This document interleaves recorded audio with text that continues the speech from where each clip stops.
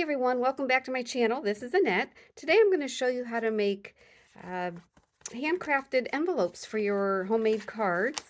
And this this is nothing new, but I am just now finding out about this for some reason. I've been so focused on just card making, and then I buy my envelopes already made, but they are kind of thin. And so I recently discovered you can use your scoring tool to make envelopes. And I thought, gosh, well, how come I haven't discovered this? I came across a video and they were actually using this particular scoreboard, and I was just in awe. But most scoring tools have this on the back of them. And I'm going to flip mine over here. So on the back of your scoring tool, there's usually the scorer, and then there's this thing that slides out that's a template, and it shows you how to make envelopes and envelope boxes and gift boxes. I haven't ventured to this, but I have figured out the envelope pretty good, and I can usually make an envelope in under a minute. It might take me longer here on the video just because I'm explaining it, but the cards that I make are standard US A2 size cards, and when they're folded, they're 4 1/4 across the top by 5 1/2. So that's the size I usually make. So there is a template that shows you for A2 what size paper you need and where you're going to score it. So I'm not sure if you can read this. Let me see if I can just zoom in and hold it back a little bit.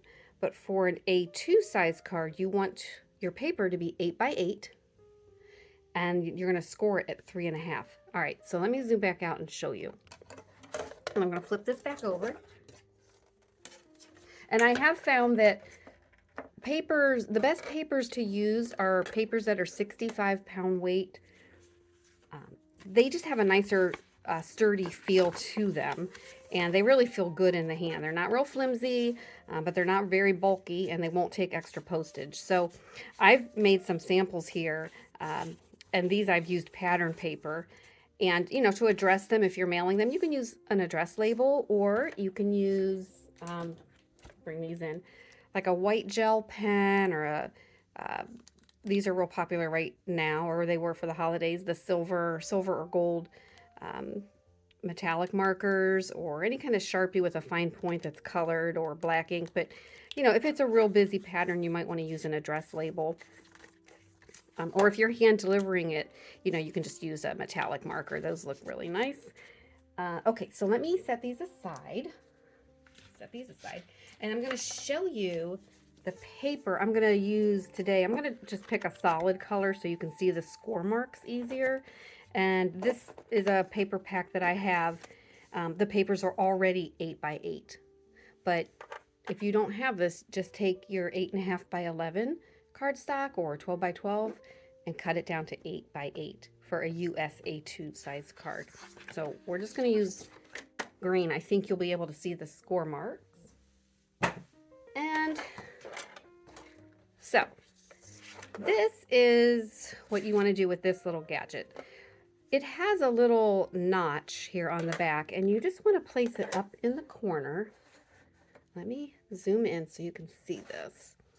And you just want to kind of place it in the corner till it kind of catches and doesn't move. Okay, and right there, it does not move. And again, for the A2, 8 by 8 sheet of paper, and we're going to do this, they say scale mark or score mark, at 3 1/2. So what that means is you're just going to, this is your edge, okay, and you just want your paper butted up against this edge, and you want to go to the 3 1/2 mark. So but put the bottom part of that paper right at 3 1/2, and make sure it's right up against the edge, okay? And then I'm kind of pushing it in with my right hand, and then you're just going to hold the template down and hold your paper in place. And right here is where you're going to score. Okay, and my paper shifted, so let's try that again. It's really important to get your paper right in the spot and make sure it doesn't catch on anything. And I think my problem is here. I'm not all the way to the edge. All right, so I'm still learning, I guess. So you want to make sure the tip of this triangle is right in line with the edge of your score tool, okay? If you can see that. Right in line with the top corner. Let me get a different piece of paper, and I'm going to start over. All right, so we're going to line this bottom edge to the 3.5. We're going to make sure our paper is pushed up against the template, and we're going to make sure we hold down everything in place and just drop a score line. Okay, and then we're going to turn the paper, and we're going to do the same thing on the opposite side. So we have our score mark here. We're going to put another one down here. So line it up at 3.5 and hold everything down and drop a score line. Okay, now that's all we're going to do with that 3.5 mark. So now we're going to take one of the score lines and we're going to line it up. Make sure your paper's up against the template, and we're going to line up the score line with that point right there. See, we don't want it like that or like that. We want it right on the line, and you don't have to worry about what's going on down here anymore. This is for your next set of score lines. This is the important part. So line that up and just make sure it's butted against the template and drop a score line. I moved my paper again, so let's reline it. It's really important to keep your paper from moving. And then you're going to just do the same on the other side. Line up that line with the point here and hold everything down and score. Okay. So that's all we have to do right now.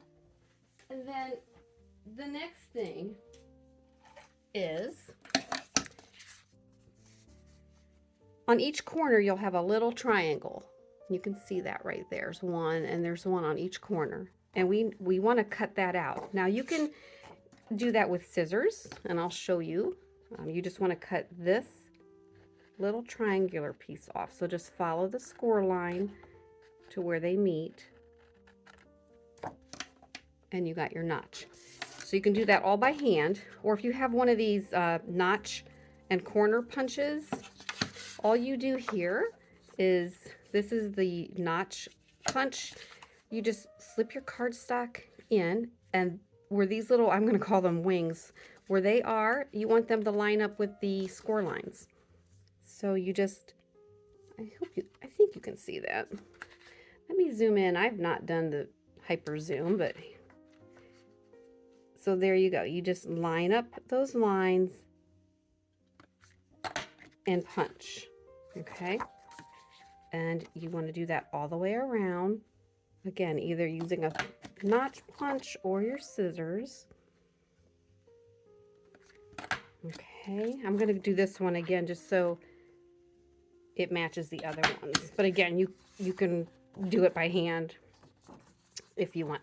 So then you end up, let me go back out. You end up with a piece of paper that looks like that. Okay, and you can clearly see there's two flaps that are smaller and these two are bigger. These are going to be your side flaps, and this will be your bottom flap and your top. Now you can leave this like this is before you start folding it, but I like to take a corner punch and just put the larger flaps right in there and round the corners. So you can see that just rounds it a little bit, gives it a nice finished look. All right, and then you're done with that. Okay, the next thing, I need to get my glue, is you want to fold in the side flaps. So you're just going to fold those in, and you want to press down the folds with a bone folder, or you can use your score tool. I'm just going to use my scoring tool since it's right handy dandy here. Okay, and then you'll fold up the bottom flap or the top flap, whichever it is. This is going to be the bottom, and then you'll fold down the top flap. And just give them all a good burnish so everything lays flat. Then the next thing you want to do is we're going to glue the bottom flap down. And the easiest way, you don't want to glue this piece because then it'll glue your envelope shut. So I just put glue down here and here, and I'll show you that. Okay, and I find liquid glue works best for me, but you could use double-sided tape, you know, whatever works for you. And then just press it down. And just give it a minute. Excuse me. I don't think I've ever done that while I'm filming. Just give that a good press. And that's pretty much the envelope. Now, if you're giving this to somebody, if you have your card and you're going to just hand deliver this, you know, you can put your card in there. And here's a card that I recently made. And it will fit nicely in there with plenty of room if you wanted to add embellishments. But you can put that in and then you can just glue that down. Most of the time what I do is I just put a little bit of glue from a glue stick on the tip and seal it. You could use double-sided tape or you can glue it. If you're, perhaps maybe you're selling your cards at a craft show and you want the card and the envelope in your packaging, and you don't want your the person purchasing to have to glue it down, you can always put, let me show you one of my samples here. You can always put some double-sided tape, you know, on the card. You can do the whole length of the flap or just a couple pieces is all you need. And then whoever's purchasing it, let them pull the release paper back, you know, off the backing when they're ready to seal the card. So when I do have my cards at a craft show, I do put double-sided tape because I just think it's nice to, if somebody's buying it, you know, they don't have to look for glue or anything. They can just peel the paper off and seal it up.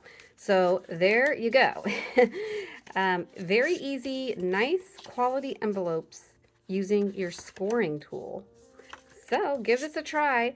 I made some really nice pattern envelopes for my hand-delivered Christmas cards this year, and they were really a lot of fun. I used plaid designs and things like that. So anyway, I hope you enjoyed this video and give it a try. Until next week, make it a great day.